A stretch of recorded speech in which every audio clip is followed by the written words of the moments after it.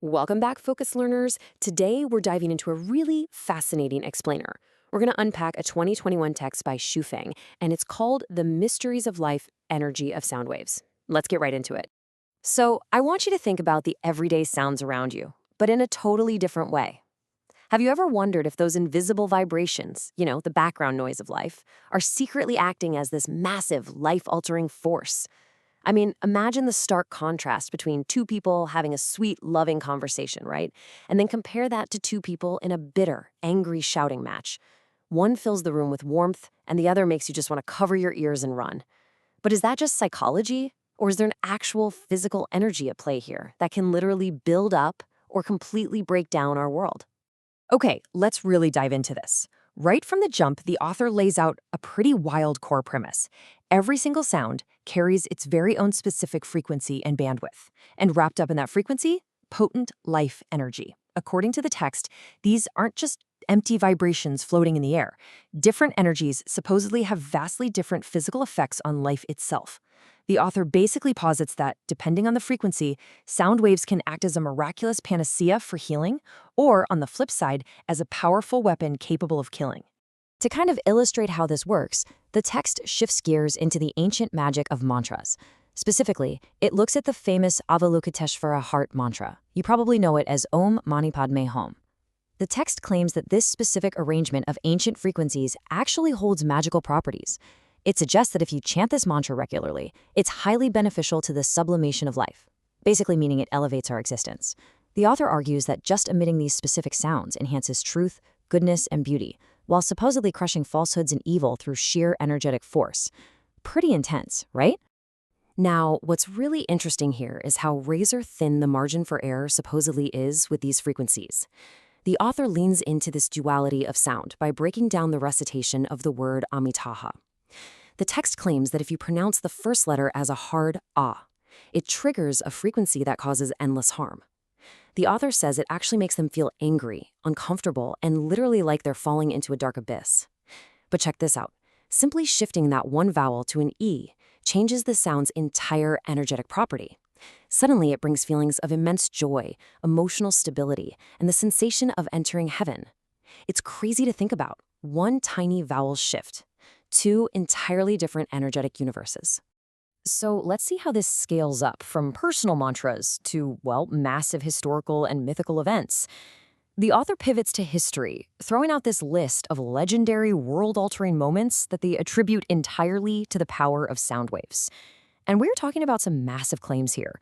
Everything from the ancient Chinese tale of Meng Jiangnu's crying, to the weather-altering unjust case of Dao Yi, to the biblical walls of Jericho, and yes, all the way back to the construction of the great Egyptian pyramids. Let's zero in on the legendary tale of Meng Jiangnu for a second. The lore surrounding her grief is incredibly specific and admittedly exaggerated to make a point about this energy.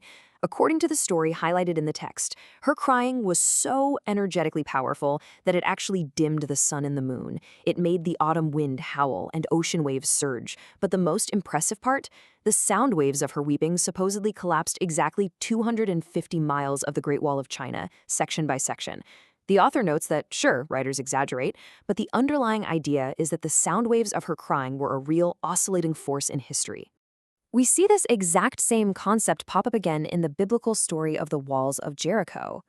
The text points out this highly structured sequence of events. First, you have the Jews marching around the supposedly impenetrable city of Jericho for 7 days. Second, at the very end of the 7th day, the priests blow their horns. Third, the people all shout loudly at the exact same time. And fourth, those strong walls instantly collapse. The author uses this specific sequence as historical evidence to say, look at sound's massive collective destructive capability. But sound isn't just portrayed as a wrecking ball. It's also framed as a tool for impossible construction. And this brings us to a truly striking explanation for the Egyptian pyramids. The text asserts that those stones weighing dozens of tons were not pulled up manually. They weren't hoisted by some ancient mechanical equipment either. Instead, the text states, and I quote, "A spell was placed on the stone, and then someone recited the spell, and the stone floated into the air." The author's concept here is that these floating stones literally followed the voice of the mantra chanter to fit tightly into the walls. Wow. Now, at this point, you might be asking, come on, are sound waves really that powerful? Well, to ground these mystical claims, the author brings in a real, fully documented scientific experiment by the German physicist Ernst Chladni. Chladni took this wide, thin metal sheet, sprinkled fine sand evenly all across it, and then played a violin bow against the edge. As the melody and the frequency of the sound changed, the sand actually physically rearranged itself into these beautiful, ever-changing geometric patterns. We call them Chladni figures. The author uses this real-world physics demonstration as a concrete visual anchor. The argument is, if frequency can alter sand, it absolutely can alter other physical matter. And this brilliantly illustrates exactly how the author connects all these dots. The text extrapolates this simple, proven sand experiment to validate all those massive weather and architectural miracles we just talked about. The author claims that if sound waves can physically move sand into complex patterns, well, that proves sound waves can also cause snow to fall in June, city walls to collapse, heavy rains to create overflowing floods, droughts to create deserts, and even generate hailstones the size of footballs. It's literally taking a microscientific principle and applying it on a macro-mythological scale. Okay, let's take a collective breath here and bring this immense concept back down to our daily lives. The text really clearly contrasts the sounds that make us anxious, bored, or listless against those that make us joyful and optimistic. On the beneficial energy side, we have things like beautiful songs, the whispers of lovers, the peaceful words of saints, and the gentle chirping of birds. These are the sounds that elevate our life force. But then, on harmful energy side, you've got nagging and complaints, hoarse shouting, the aggressive growling of quarrelers, and the harsh croaking of crows. These are the sounds that completely drain us. Within the author's framework, all of this leads to a really important localized realization. Basically, all positive, optimistic, musical waves benefit life, and all negative, pessimistic, noisy waves harm it. But the text makes an absolutely crucial clarification here. This doesn't just apply to the people listening to you. Emitting negative sound waves damages the speaker's own life energy just as much as the listener's. As the text suggests directly, when a person swears, he hurts others as well as himself. In other words, you are ground zero for the frequency you emit. So the crucial point here is summarized beautifully in this really straightforward rule from the author. It's essentially a guide for navigating the frequencies of the world.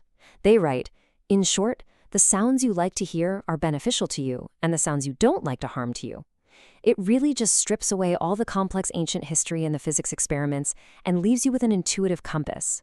If a sound feels grating, the author argues it's actively harming your energy. But if it feels uplifting, it's feeding your vitality. Which brings us to our final thought, drawn directly from the author's closing wish for their readers. I want to leave you with a bit of a challenge today. How are you going to curate your auditory diet? Knowing that every single conversation, every song you play, and every little bit of background noise is a physical energy interacting with your life force. What sound wave energies will you absorb today? Are you going to seek out the frequencies that build you up, or let the ones that tear you down slip by unnoticed? Thank you so much for joining me on this explainer. Keep learning, and I'll catch you in the next one.